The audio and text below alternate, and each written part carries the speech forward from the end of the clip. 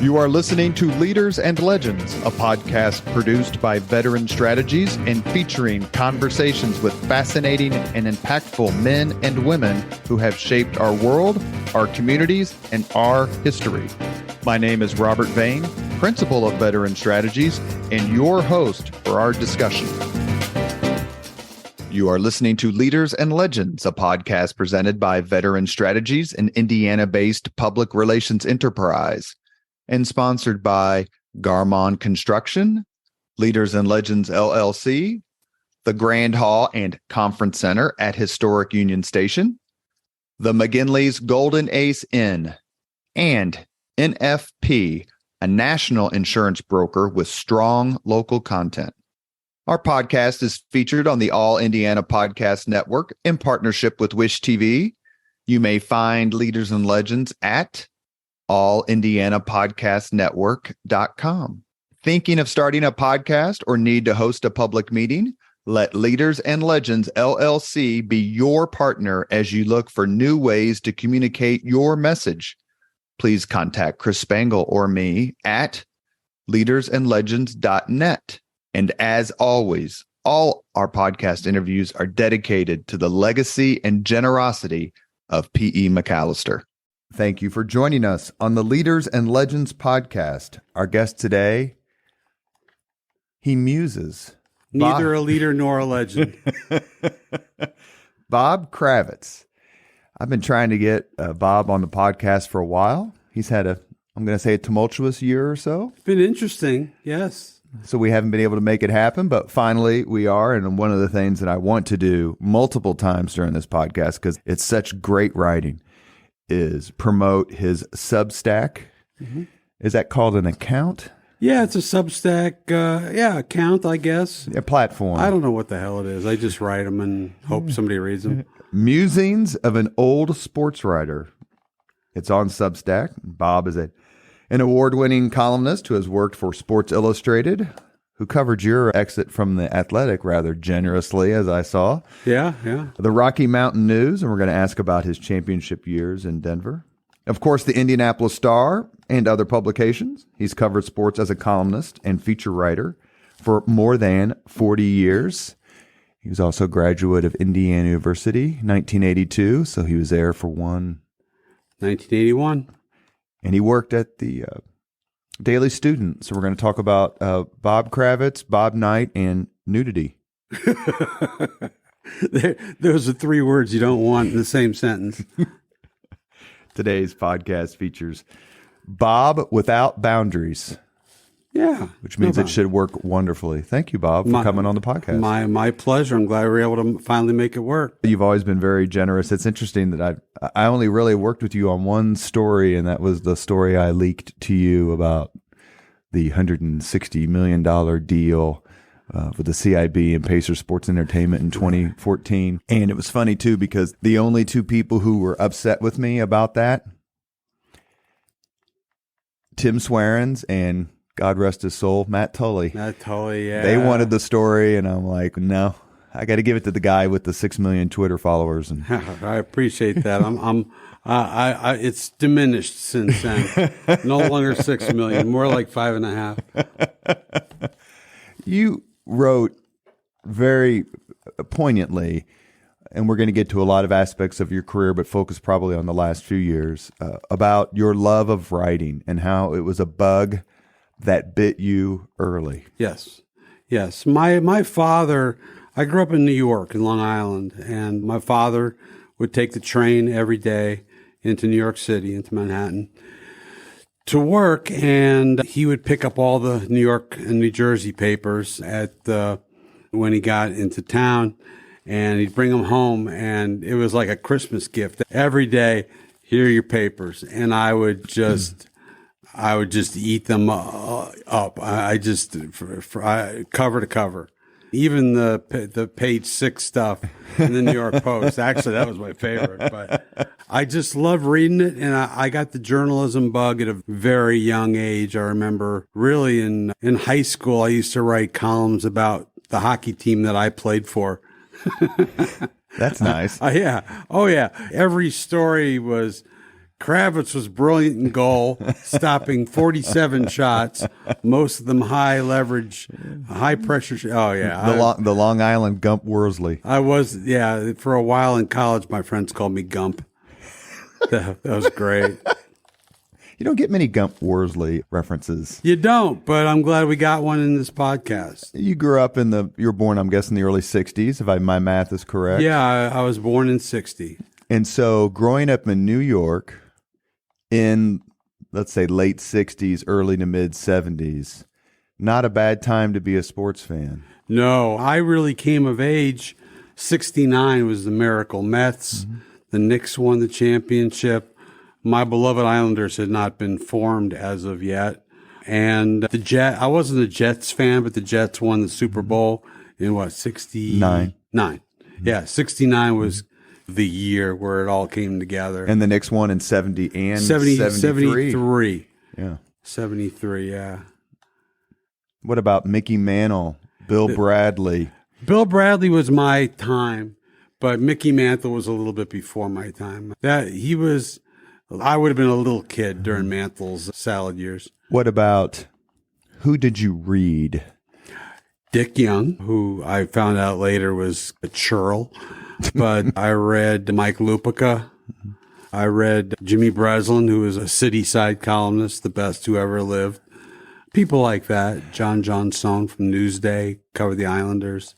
Let me ask you about another, and then we'll move on. Another great sports figure, sports widely defined, who was in New York at that time, and that is Bobby Fischer.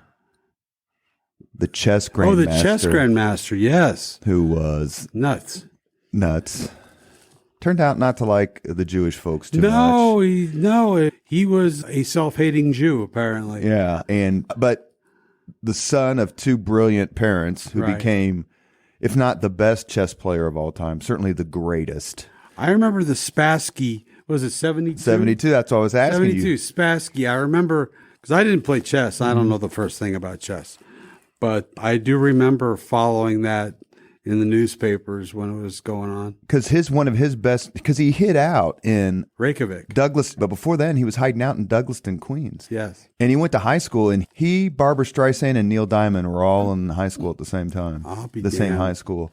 But back then, New York, is it fair to say New York was still the center of the American sports world, even more than Los Angeles? Oh, absolutely, yeah. New York, the fandom, you got two baseball teams, three hockey teams. When I was growing up, we only had the Rangers. But New York, I think it's still to some degree the epicenter, although their teams generally stink.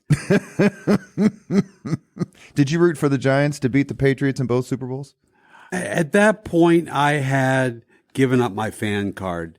It's my wife does not understand this. She's like, how can you watch a game and not say anything? How could you not root?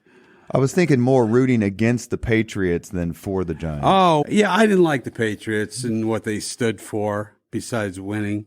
But, yeah, I enjoyed watching the Giants beat their ass, but I don't root when I watch games now. We watched the national title game last night, and I was rooting for Michael Penix and Washington because he went to IU and all that, and I know the kid a little bit and his family.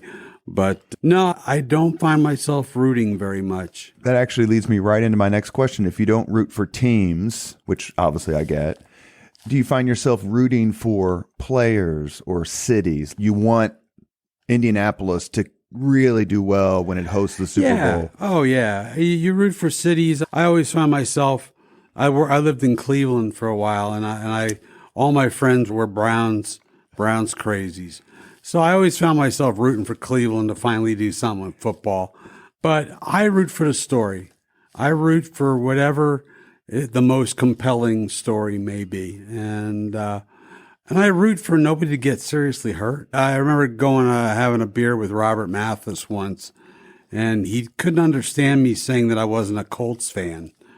I'm like, I'm a nothing fan. I'm like a political writer, objective. But in a sense, you're not objective as a columnist, so you would have more, am I fair to say, you'd have more latitude to root? Not so much. I think as a local columnist, you're focused on that team, but you're not rooting for them. Honestly, was I happy they won the Super Bowl in 2009? No, six. Seven. Six, Mm-hmm. 7. 9 was New Orleans, Hank Basket off the face. I was actually there. I was working for Mayor Ballard, and I remember he called me, and as all my friends and listeners of the podcast know, I've been a fervent Miami Dolphins fan since Super Bowl VI. So that's the 71 season. I was born in 67. I remember the game because my dad was watching it. And Mayor Ballard goes at the end of the third quarter, if the Colts win, get down to where I'm sitting. He had slightly better seats than I did. Imagine that. We're flying home on the Colts plane. And I've never rooted for any team to win as much as I did. I'm like, this is a once-in-a-lifetime opportunity. And, of course, I black-catted them. Yeah, that's a shame. But when you root, you want the Pacers to do well. Not only that, it gives you more to write about. The further you go in the playoffs, the better it is for me. Oh, it's the fact that the Colts had a decent season this year undoubtedly helped my subscription on bobkravitz.com, free plug. If they had gone 4-13 again, I don't think I would have had the incredible start that I had on the platform. So yeah, you root for yourself, you root for the story, you root if you're on Deadline, which I'm not anymore. But if you're on Deadline, you root for blowouts. You're like, please let this game. Like Peyton Manning damn near killed me with the comeback in Tampa. When they were down 3 or 4 touchdowns. They were down 3 touchdowns with 5 minutes to go, and the SOB leads them back. And did you tell him that? I did. I said, "You caused my heart attack." I'm assuming he didn't apologize. No, he's like that. Let me ask another question. Do you root against? You have an opinion about Coach Bill Belichick. He is on the precipice, even though he's had a terrible year, of breaking Don Shula's all-time NFL win record, which I think is 347.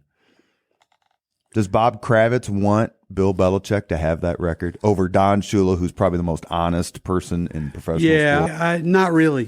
Look, Belichick to me is the greatest NFL coach who's ever lived. Despite it, yeah, because he did it all in the salary cap era. Was coaching when Walsh was coaching in San Francisco. They didn't have to worry about salary cap. They could pay the most money, Even I just realized I don't have my headphones on. Oh, that's all right. We can hear you just fine. All right. But despite the fact that Deflategate, all the other stuff. Videogate. It's like Jim Harbaugh winning the national title last night. You have mixed feelings about it. But the only reason I would ever root against, after Deflategate, I got so much crap from people in New England that I hoped that they would lose because the idea of New England fans being upset really gave me a thrill. And the Patriots were a non-entity for their first for the longest 35, 40 years. They made it to a couple of Super Bowls and got waxed in both of them. Whacked, yeah. I remember the old erector set of a stadium they played in the Schaefer Stadium, something like that. Boy, what a dump that was. And I was there. I was in that stadium when Tom Brady made his first start. Because if you remember, that was against the New England Colts. That was against the Indianapolis Colts. That was his first start. Let's ask. He's already been on the podcast twice, but I need to ask Eddie White what he thinks about Bill Belichick breaking He loves him. Don Shula's record. Oh, yeah. He loves him even more. He loves him some Don Shula. You're listening to the Leaders and Legends podcast. Our guest today is Bob Kravitz, well-known and award-winning sports columnist. We're discussing his career and also his latest endeavor, Musings of an Old Sports Writer, which is on Substack. And bobkravitz.com. Correct. You went to IU. I did. How did you choose IU from Long Island, New York? Yeah, I grew up on Long Island. When I was 16, we moved to Chicago, my junior year of high school. That was easy. But we moved, and when I was looking for colleges, I wanted two things. I wanted a great journalism school with good sports, Division I sports to cover, and I wanted a hockey team that I could play for. I played in high school. We won a state championship in Chicago, which was pretty cool. And Indiana fit the bill. They had a club team, not a big time. Right. Michigan, Minnesota, Boston Ohio University State. College. I wasn't that good. I was the king of mediocrity. But I got to play at IU, and I worked at the Indiana Daily Student. And so that's how I ended up there. I didn't want to go back east, and I wasn't smart enough to get into Northwestern, which was near where I live. Indiana it was. You were there for both the Corso years and the Knight years. Mm-hmm. Corso is obviously a hell of a lot more famous now than he was coaching IU. Also, was Doc Councilman there? Yeah. Still? And Kobe Billingsley? Yagi? Jerry Yeagley. Yeagley, yeah. IU had a significant, not really football, obviously, but Sam Bell and track, that's right. He was an Olympic coach. So, yeah, they had a lot of luminaries. And I'll tell you about Corso. I wrote something one day that he didn't like, and At the Daily Student? At the Daily Student. And he very gently chided me and told me what he thought I should have done and how I should have handled it, and damn if he wasn't right in retrospect. And he was a journalism major himself at Florida State. Oh, I knew he went to Florida State. I didn't know he was a journalism major. Journalism or communications, I forget. But as opposed to Bob Knight, who's a whole different kettle of fish. History major, as I recall, at Ohio State. Yes. Well, I read the story about you and another reporter being subjected to Bob Knight in a state of nature. Did you? It seems that every reporter I've interviewed for the podcast has had a Bob Knight moment. Oh, yeah. Where their relationship with him, and I guess subsequently the team or the program, makes a turn. Did you have one of those moments? Oh, yes. I started out, Knight liked me. Knight thought I was a smart ass and fairly tough-minded. I walked in there and didn't let his nakedness throw me off at our first interview. Plus, he's a big man. He's a big dude. He's a big dude. He's 6'5", and I'm not. And I wrote a story, and I felt like it needed Knight's comment. And I told Knight what I was working on, and he went bananas. Veins popping out of his forehead and his neck, and yelling at me and spit flying everywhere. And this is peak Bob Knight, late 70s, early 80s. Oh, this is... So they won the NIT that year, beating Purdue. They won the NIT. And then he was coach of the Pan Am Games that same year. What were you writing about, if I may ask? I wrote about, they had 3 players who'd been kicked off the team for allegedly smoking weed at the Alaska shootout. And I got in touch with 2 of the 3. It was like 1 year later, whatever happened to these guys. And one guy was still critical of Knight. One guy was like, oh, Knight set me on the path of righteousness. And the third guy I can get a hold of. And the point of the story was that they went on and had a pretty good season. They won the NIT, if I remember correctly. Back when the NIT was a relatively kind of big deal. Thing. Yeah, they beat Purdue. Yeah. I told him what I was working on, and he's like, do you think these kids want to read about those ads? Blah, blah, blah. So the next game was down at Rupp Arena against Kentucky, and I noticed we were having pregame dinner in the press area, and all the managers were looking at me. All the IU managers were looking at me and whispering and pointing. And I was like, oh, shit, something's up. Was that when John Gruden was there as a manager? Or was that before then? Oh, gosh, I don't know. I don't know what year he was there. I don't know either off the top of my head. So when you see these folks as a student, and then you become basically a professional sports writer, journalist, what kind of interaction did you have with them? Well, you mean with the... Like Corso with Knight and the people that you saw when you were an 18-year-old kid and now you're 30 years old and you have your own byline. And yeah. Obviously, it's changed. Corso would help me. Knight treated me the way he treated Russ Brown from the Louisville Courier-Journal and all the other guys that he hated. So I was telling you that the managers and stuff were pointing at me. And so after the game, I go to the locker to go in and talk to Isaiah and Ray Tolbert and all those guys. You're not coming in. You're done for the season. I was not allowed in the locker room for the rest of the year. And when I would ask Knight a question at a press conference, which was every press conference, he'd just look over my head and go, next question. Who else has a question? And the Daily Student or the School of Journalism or anyone just didn't have the power to walk in and say, you can't. It's Bob Knight. It's Bob Knight versus an 18-year-old. And I wasn't going to win that fight. Did you win it later? I wasn't trying to win. But you got to write about Knight's firing. Yeah. I mean, I did say he brought it on himself. There was always a weird cult-like thing at Indiana with Knight. I didn't like what he stood for in a lot of ways. I remember when he said, if rape is inevitable, sit back and enjoy it, or something along Relax and enjoy it. Relax and enjoy it. I remember writing something. I killed him. And I got killed by readers because it was a different time. Sure. Back then, it was almost okay. He had just won the national championship for the third time. He couldn't do anything wrong. And he demanded what he demanded from his players, he never demanded from himself. And what is the trade-off? I do public relations for a living. As a Republican, I deal with, let's just say, the majority of people I deal with in the media aren't. Right. And so there's always that trade-off between stand your ground and, okay, if I stand my ground, the next time I pitch a story, is he or she going to go, whatever vein? I'm not messing with that one right now. Always stand your ground. The trade-off between access and stand your ground? The nice thing about being a columnist is you don't have to have access. Does it help? Yes.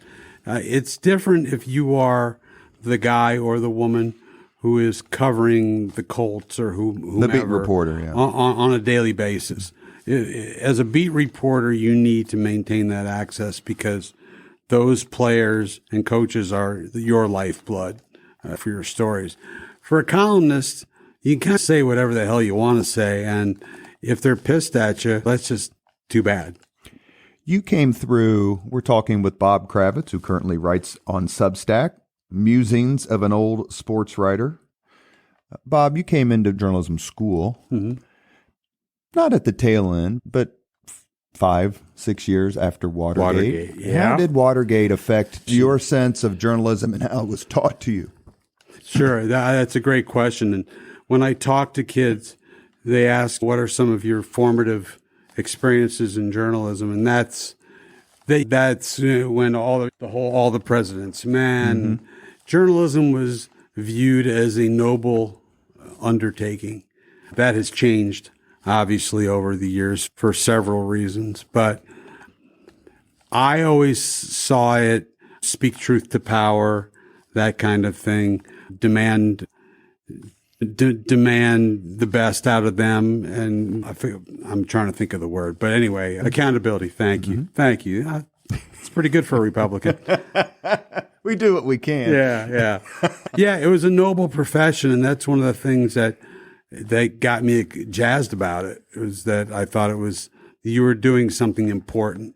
And did the fact that political reporting, Watergate, Vietnam, the Church Committee, about that Frank Church had, the senator from Idaho, did it have a magnetic effect? Hey, I want to do political stuff or government, or were you set on sports from day one? I thought about news, and I did a few news stories for my high school paper, and I just found that I love to write, and I just found that writing about sports gave me more freedom to put myself out there as a person, put my personality into my writing. I felt that political writing, the only kind of political writing that really appealed to me was Jimmy Breslin, Mike McAlery, Jack Anderson, all those guys. Those were some of my idols growing up.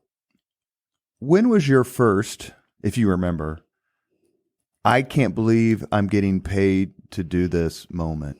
Because we always think of it, right? The writers, if you watch them win the national championship. Did you have a moment like that? Maybe, it might have been a little later in my career, strangely enough. Being at the Olympics the first time in Albertville, France in 92. I was 32. I'd had those sorts of moments prior to that, but that was one of those moments where I thought, damn, I made it. I'm at the Olympics. How cool is this? And they paid me to get on a flight to France, to the Alps, French Alps. So that was cool. But I had several of those moments prior to that, but I can't specifically recall. Forgive my ignorance. Did you cover the Dream Team in Barcelona in 92? I covered them part-time. I was in Barcelona. I covered the whole Olympics. So I was covering this, that, and the other thing. But I did several games, and we all hung out with Charles Barkley one night and had way too many cocktails on Las Ramblas, which is the main drag in Barcelona. So yeah, I did cover quite a bit of that. You are listening to Leaders and Legends, a podcast presented by Veteran Strategies, an Indiana-based public relations enterprise, and sponsored by Garmond Construction, Leaders and Legends LLC, the Grand Hall and Conference Center at Historic Union Station, the McGinley's Golden Ace Inn, and NFP, a national insurance broker with strong local content. Our guest today is award-winning sports columnist Bob Kravitz. If you had a podcast and could have anyone in the world as your first guest, who would you choose? Does he have to be alive? Yes. Oh, okay. If you want him, he or she to speak. Yeah, that's true. I was going to say Jackie Robinson, but that would be my dream. His face should be carved on a mountain somewhere. It should be. Let me think. Tiger Woods would be really interesting. You think he'd answer all your questions? That's been established already. Just the unique way in which he grew up, and I think, Tiger would be one. And I'm a golfer. I don't watch golf that much, but I love to play. But I think he would be fascinating. Growing up as a guy who so much was expected, like LeBron, and they overshot all those expectations. How did you end up? When did you come to the Indianapolis Star, and why did you come to the Indianapolis Star? Interesting. 2000, I came here, so I've been here 23, 24 years. I was working at the Rocky Mountain News in Denver, and I was very happy there. It's great. It's a great town, great sports town. In fact, their teams were winning championships, and during the time that we were there, we got the Avalanche hockey team and the Rockies baseball team. In fact, I wrote a book about the first year of the Colorado Rockies. It's available on Amazon for about 32 cents hardcover.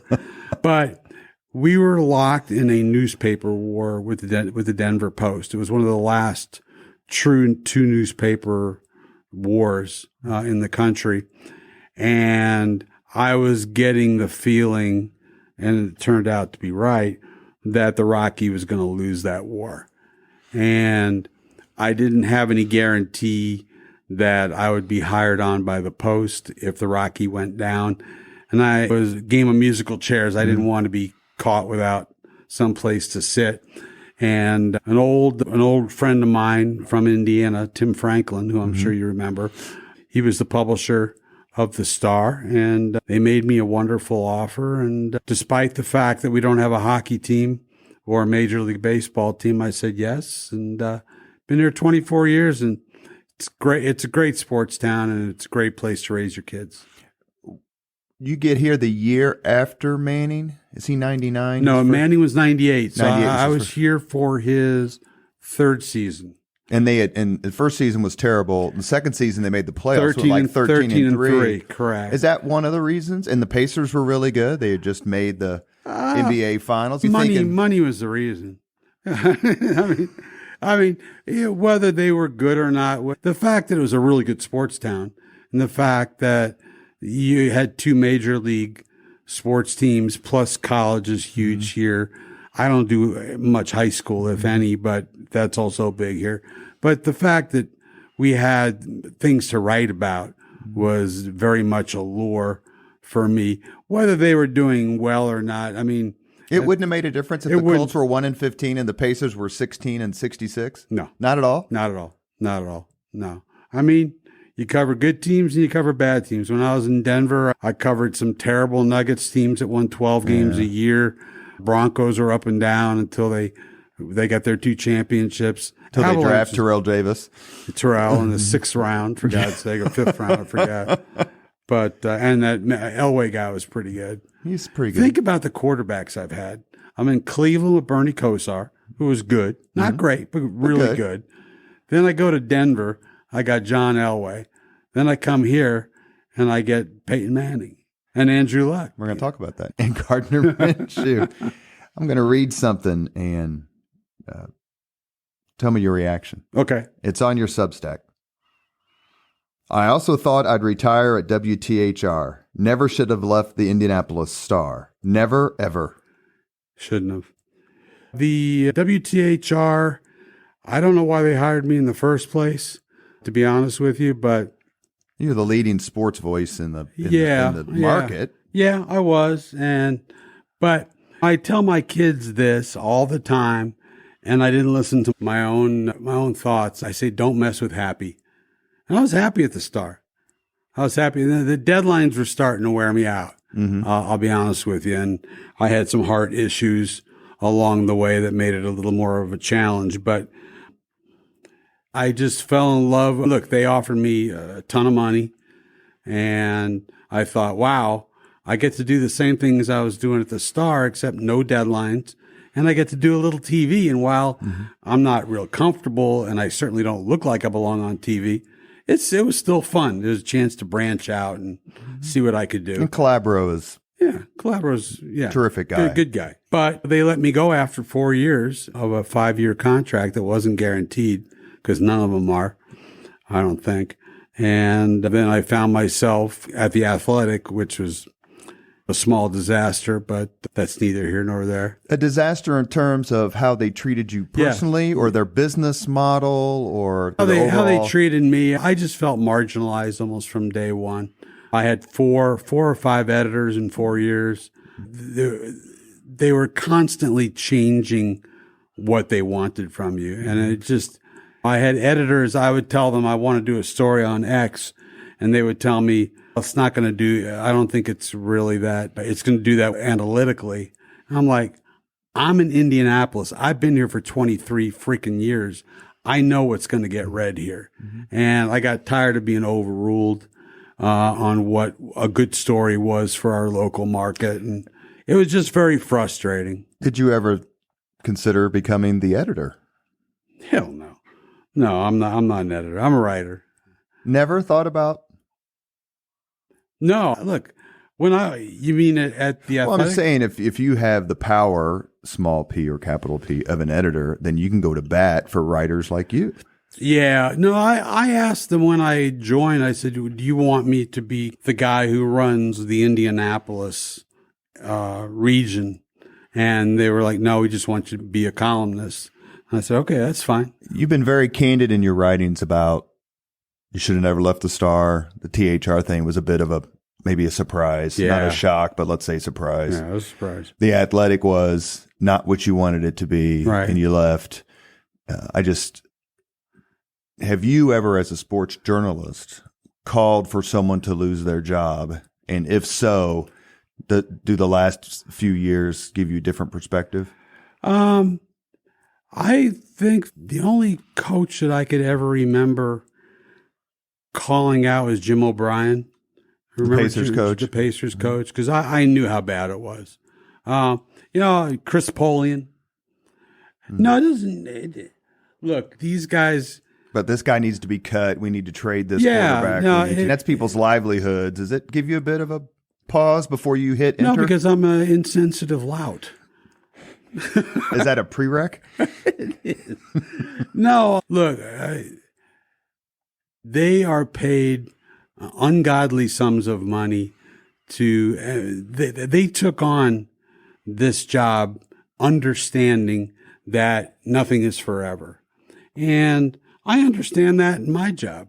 I understand that we're judged on analytics and metrics and all that kind of stuff. So Chartbeat, I recall, is that the name? Chartbeat, yeah, I remember that at the WTHR. No, not really, not really. And I know it makes me sound insensitive.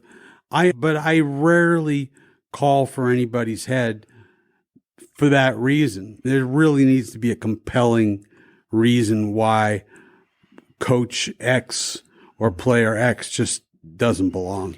Have you ever been in the locker room and you're covering basketball and football mostly, so it's not exactly it's not Munchkin land. Have you ever felt this guy may just grab me or get in my face? Oh, it's happened. It happened in Denver. I was down in Tucson for spring training, and I had written something about Dante Bichette. I don't know if you remember him, as a baseball player. And he had to be pulled off of me. He didn't get any shots in, but we were this close to each other, screaming at each other. And he pushed me, and I pushed him back, and then we were separated.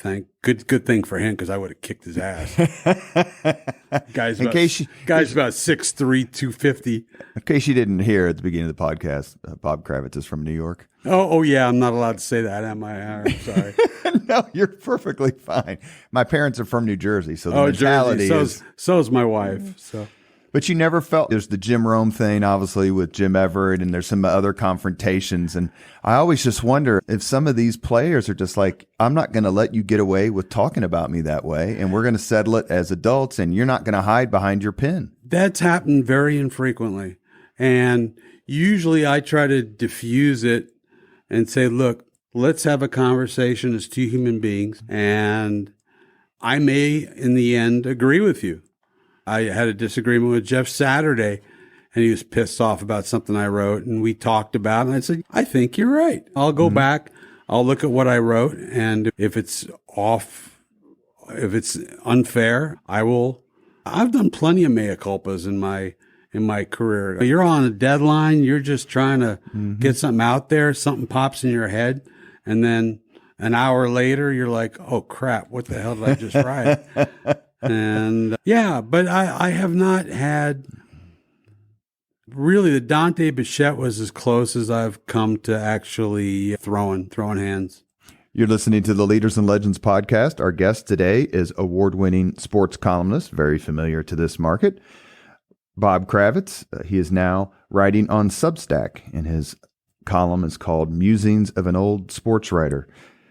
May I read another sentence to you? Sure. And you can react? Sure. Quote, a league source tells me, I figured you'd get it after that. A league source tells me the NFL is investigating the possibility the Patriots deflated footballs Sunday night. More to come. Yeah. That became the biggest story, not just sports story, but literally the biggest story in the country for several cycles. I was on CNN with Anderson Cooper, and I almost called him Cooper too. Thank you, Anderson. Everyone in sports has a nickname. You should just call him Coop, like Michael Cooper. It was wild. Yeah, I got that. They played on a Sunday, and I got it Sunday night, and then I spent about an hour trying to get it confirmed. Now, I knew the person who told me I knew was right, but I had to get it confirmed by somebody who was totally in the know. And I got that, and I tweeted it out. And yes, all hell broke loose. I was dead asleep in my room. 4:00 in the morning, my phone rings. It's NBC News. Boston radio wanted me on at 6 in the morning. It was a bleep show. It really was. I won't use the word. I know. Did you think this is a great time to renegotiate my contract? It's funny when I was doing myself before you do when they tell you how you're doing at the end of the year.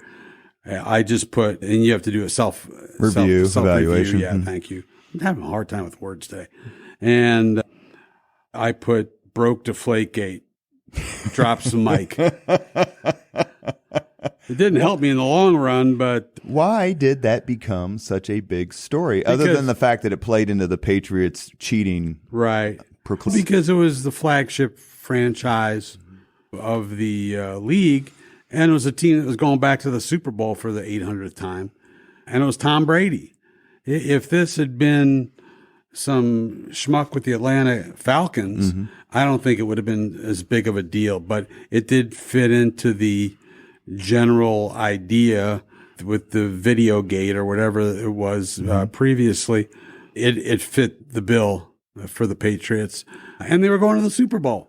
They won that game and they were going to the Super Bowl. Yeah, it was a perfect story. It was a perfect storm. Did you get everything right in that story? No regrets? No. No, the only thing I would regret would be that, I can't remember if it was Peter King or Mortensen. I think it was Mortensen was told by a league source that like 10 out of 12 balls were 2 pounds underweight, which turned out to be a wrong statistic. And I said, according to Chris Mortensen, blah, blah, blah, blah, blah.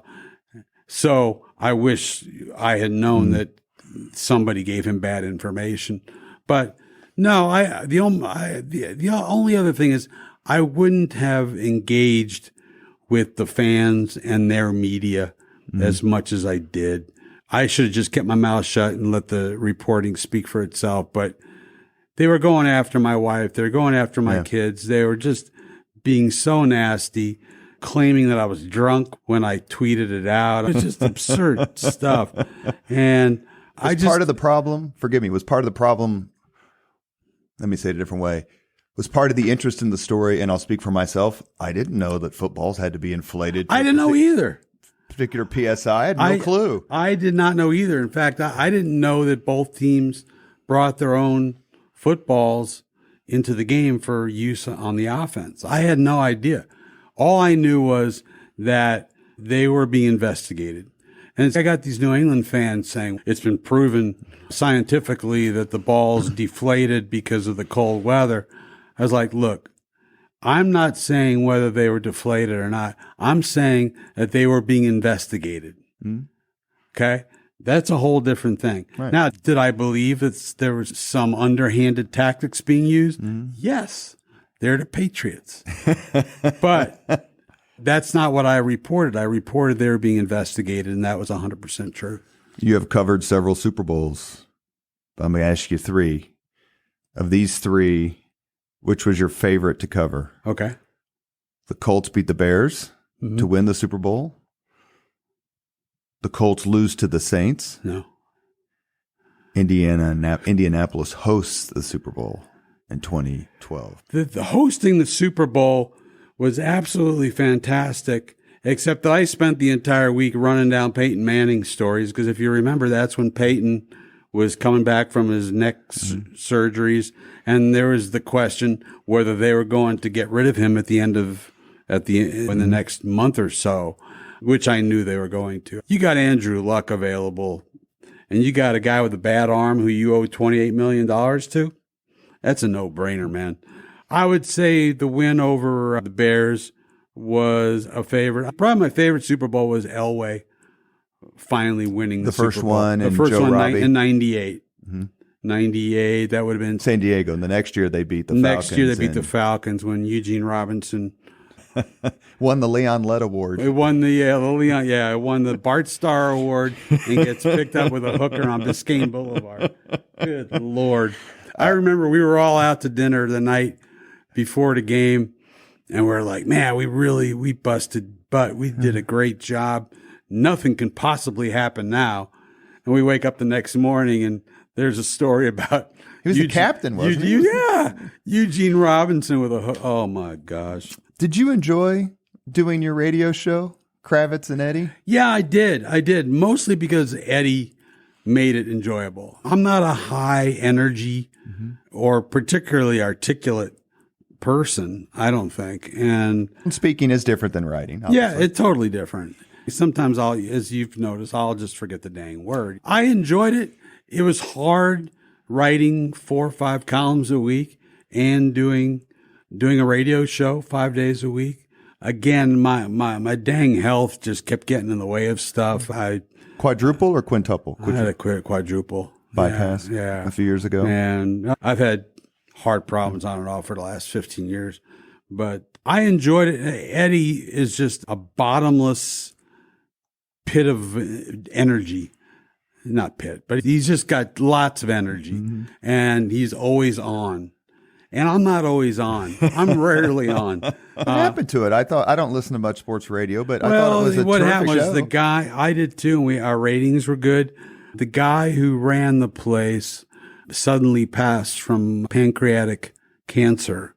I forget his name now, Italian guy. He passed, and the new people they brought in, the guy wanted JMV from the other station and didn't want to pay both me and Eddie. Wanted to pay one guy. So I think it was economic, and I think the guy just generally didn't like our show. And that's his prerogative, but I thought it was a really good show. I really did. I thought it was smart. And I thought we got incredible guests. How do other sports writers view? We just had it a few days ago. This wasn't it. Troy Aikman was going on and on about Indianapolis. Mike Greenberg from ESPN has said in the past, Indianapolis is the premier sports city in the country as far as events. What is the opinion of Indianapolis when the sports writers come to town? I remember guys who are not looking forward to coming to a cold weather site in whatever year that was, 2000. For the Super Bowl? Yeah. 2012. And then they got here. And first, we got lucky with the weather. We got really lucky because if you remember, we were supposed to get it the year before, and Jerry Jones outbid us, and he had the new stadium coming online. And they got nailed with the worst ice storm of the century. And we had 10 inches. I was working for Mayor Ballard, and we got 8 to 10 inches of snow when 2 inches was forecast. Right. And the mayor's in Dallas, and I'm here doing all the Salt Barn interviews, getting lit up because why haven't you done more yet? I'm like, I looked at your station, it said 2 inches, so that's why. Yeah, it's your fault. Blame Sean Ash. But you're right. Jerry Jones stole that Super Bowl from us. Right, and you get what you deserve. The guys get here, and they're like, oh, cold weather, what's Indianapolis, how exciting. They loved it. Sports writers love to complain. I did not hear one complaint the whole dang week. All right, there were a couple of people who were stuck out in Keystone at the Crossing. Sure. So they were not really happy. But 90%, Allison Melanchthon told me, she said, if you hear any complaints, let me know because we'll get things fixed. I kept texting. I said, nothing. Everybody loves even the little touches, like the letters from kids. That's why I can't wait for the All-Star game, even though I hate the actual All-Star game because it's not basketball. I don't know what it is. But we are going to do it right. And Bob Ryan, who I'm sure you know from Boston, who I'd love to have on the podcast. Oh, he would do it. He'd do it in a heartbeat. His writing is terrific. Yeah, he's wonderful. But yeah, no, it just went so perfectly. It was just a weird week for me because I remember one day I go off to just go get a beer. I just finished my column. I just want to relax, have a beer. And I get a call from ESPN. Chris Mortensen just reported that Peyton Manning's been cleared to practice or play or whatever. Because Manning and Mortensen are close. They have the same agent. Okay. That always helps. Yeah, that helps. And so I had to run back into the media room and write another column and make phone calls. So that whole week, I didn't really get a chance to enjoy the Super Bowl per se. I was just running after Peyton Manning stories. But no, I was saying my favorite Super Bowl was when John Elway, the helicopter. Yeah, against the Packers. Against the Packers. And this one's for John. That was spine-tingling stuff. Because he had lost three before. Badly. Yeah, none of them were close. None of them were close. And none was more shocking than the Washington blowout, I think. Yeah. We all knew that San Francisco would kill him. The game against the Giants played since 22 game. For 25 or so. But that game against Packers were a heavy favorite, and Broncos put it to them. We usually end the podcast, all of our podcasts, with the 5 questions, which we will ask you. But we have just a few minutes left, so I'm going to ask you a series of other rapid-fire questions as well. I'll try to have a rapid-fire answer. Favorite sports book? Either Ball 4 or Breaks of the Game by David Halberstam about, and let me put one more in there, the Bob Knight book, Seeds on the Brain. For some reason, I have no idea why I had a feeling your first answer was going to be Ball 4. Favorite sports movie? That's not hockey. Oh, because I was going to say Slapshot, man. Toe Blake, old-time hockey. Put on the foil. I know another movie that you and I talk about all the time, or when I see you. Underrated. North Dallas 40. North Dallas 40 was phenomenal. Oh, you know what? I'm in Indiana. I love Hoosiers. I just do. It's just such a great feel-good movie. And over the years, I've gotten a chance to know the writers and the Ann Spa and the other gentleman whose name escapes me. But yeah, Hoosiers. When was the first time you attended the Indianapolis 500, and what did you think of it after? All right. So when I was in college, we got in a big old van, and we went in the infield, and I didn't see 1 second of the race. We just partied. So I can't say that I honestly saw the race. Mark Miles, are you listening? The first time I actually attended and saw and was conscious would be 2000 when I got here. And what was your reaction? I thought it was the coolest damn thing I'd ever seen. And I'm not a motorsports hardcore. I think it's one of those sports, much like hockey, it's got to be in your blood. And motorsports, growing up in New York, I mean, to us, motorsports is, riding in a yellow cab on Fifth Avenue, right? So I thought it was incredibly cool, but I didn't understand it very well. I think I understand the sport a lot better now after 20-something years. Favorite Indy sports moment? Would you say it's the Super Bowl win? No. And if you talk to any player who played on that team, they'll tell you the greatest moment was beating New England the week before.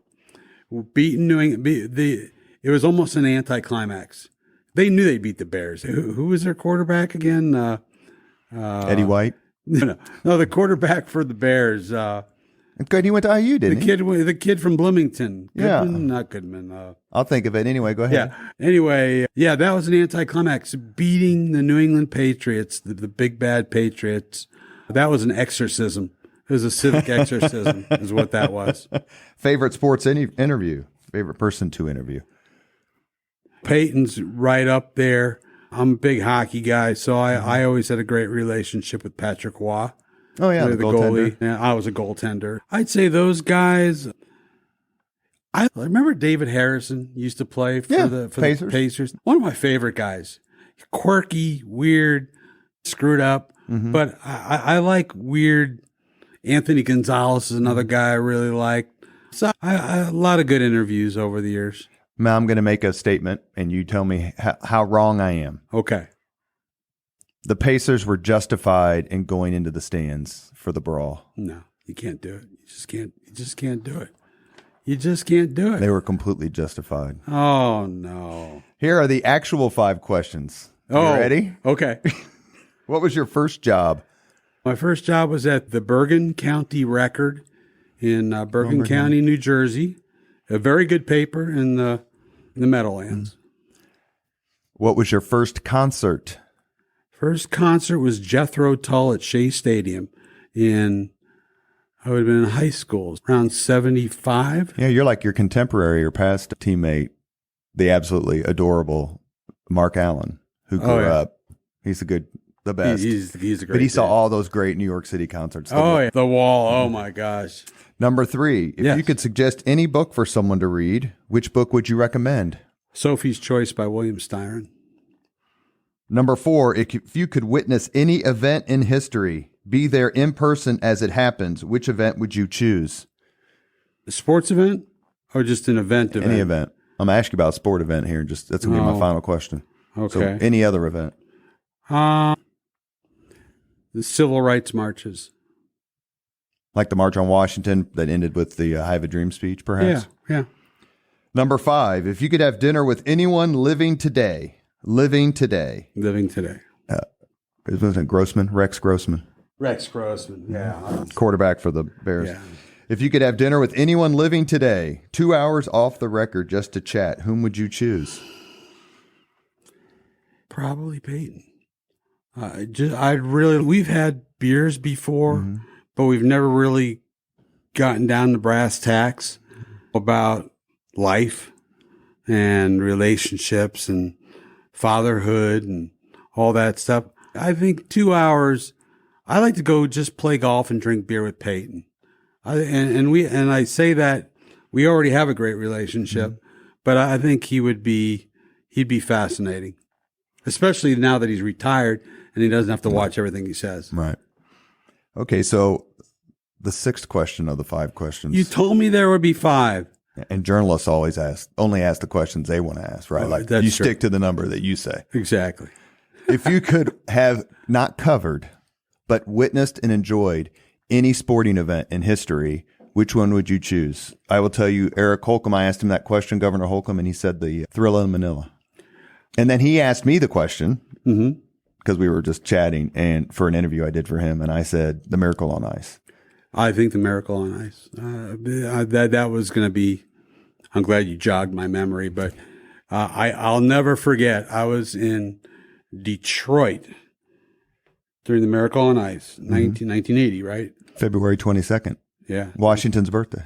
And I was staying at this no-tell motel in the worst part of Detroit because I was working for the Indiana Daily Student covering the Big Ten track and field finals at Cobo Arena. And there was a guy from the Boston Globe named Joe Concannon. Oh, yeah. If you remember him. He asked me if I wanted to come over to, I think it's called the Fontainebleau or some hotel like that to watch the hockey game. We had no idea what happened. Because the game had already been played. The game had already been played. Nobody knew who won the game. It was crazy. And me and Joe got ourselves a 12-pack of beer and God knows what else. And we sat and I fell asleep on the floor of his hotel. I had 2 great quotes about that. One was Jim McKay, the legendary ABC sports anchor. His daughter was at the game. And he asked her, how was it? Now, this is 1980. And she said, the last time I saw that many American flags, they were burning them. Yeah. And the other quote was, I read an article recently about that game, and it said, just imagine a Canadian college football team beating the Pittsburgh Steelers. Like, you don't have any idea the magnitude of this upset. No, it's the greatest upset that I can remember in sports history because people forget that they played at Madison Square Garden, the Russians. Like 10-3. 10-3. Yeah. And it shouldn't even been that close. I remember watching that game, and they were just skating circles around the American kids. It was just a moment in history. Have you seen the 30 for 30 that's about the Miracle on Ice from the Soviet point of view? It is terrific. I know, and it's my idea. Get out. I went to ESPN with the idea, and no money, no nothing. They just did it.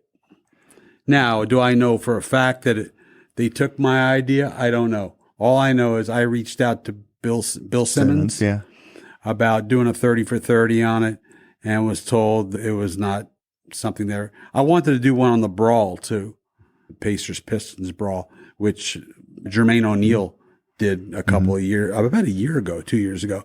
But yeah, it's another great idea that I got nothing for. Can we have you back on and we can talk about the sports media business? Yeah, absolutely. Anytime, man. You are listening to Leaders and Legends, a podcast presented by Veteran Strategies, an Indiana-based public relations enterprise, and sponsored by Garmon Construction, Leaders and Legends LLC, the Grand Hall and Conference Center at Historic Union Station, the McGinley's Golden Ace Inn, and NFP, a national insurance broker with strong local content. As always, all our podcast interviews are dedicated to the legacy and generosity of P.E. McAllister. You have been very generous. I love all your answers. It was worth the wait. How about I just say that? Oh, I appreciate it. I had a blast. I'm neither a leader nor a legend, but I appreciate you having me on. Thank you very much for listening to Leaders and Legends, brought to you by Veteran Strategies Incorporated. If you want to contact us about this program or our menu of public relations services, please send us an email at robert@veteranstrategies.com. That's robert@veteranstrategies.com.